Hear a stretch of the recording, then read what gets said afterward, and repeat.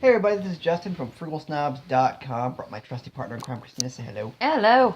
So, as an effort to reinvigorate our YouTube channel, this is the first of our currency review videos for your viewing pleasure.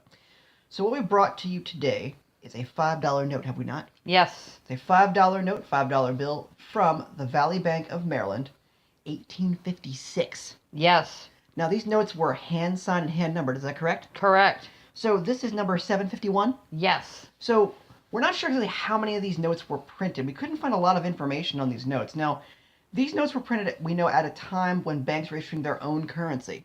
Mm-hmm. So there are other series of notes from this bank, other denominations. There's a 10 and a 20, I believe, that we know of. Yes. Maybe also a single note. Now, this is a horse blanket note. It's a rather large note.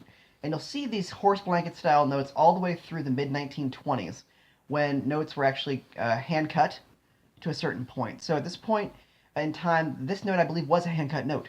Yes. Correct? So these style notes, also heading into the Civil War period, you'll see hand-cut notes, particularly in Confederate notes. But with respect to this note in particular, it's pretty cool. Yeah. It's very cool. So you'll see on the front face of the note an eagle, basically the spread wing eagle. Yeah. You'll see this style eagle on other notes as well, including the $18.99 $1 silver certificate. Or as the Currency Man, I'm going to give a Currency Man a shout out, by the way. He needs to subscribe to our channel, by the way.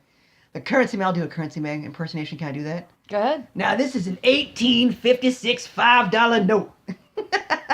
So, anyway, you'll see this this eagle design in the upper left of the note. Yes, with a lady with a shield she's leaning on. So we don't know who this lady is, but she is leaning on a shield. You'll also see two other females on the front face of this note. Now, I should say that this note also does not have a reverse side. We'll get to that in a second. But you'll see dominant 5 markings on the note in the lower left, upper right Yes. areas. And in the lower right, this is interesting. We were looking at this note today. We're very excited about it. And it looks like there are some items that are designed to be placed to look like a 5. Yes. So it's pretty cool. It's somewhat agricultural in nature. Yeah. But very interesting. It's pre-Civil War. At this point in history, folks, the United States was only, 70 years old Yes. at that time? So this is pre-Civil War. Now, there is no back on this note, interestingly enough. Now, many of these notes up to this point did not have backs on the notes. We didn't see backings come in to play on notes until around the 1860s to 70s. But again, these notes were also signed into circulation.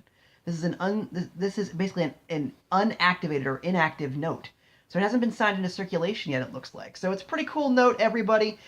For anything else currency related, please do check out the channel here on YouTube. So we'll be posting more videos as we move forward with both foreign and domestic United States currency. So we've got some really cool videos coming up in the series. Also, check out the podcast, Frugal Snobs Podcast.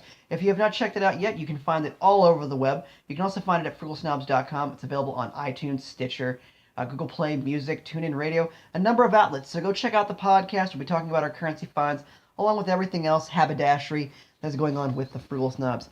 So be well, never pay retail. Thank you for watching the video. Subscribe to the channel, folks, and check out the Frugal Snobs Podcast.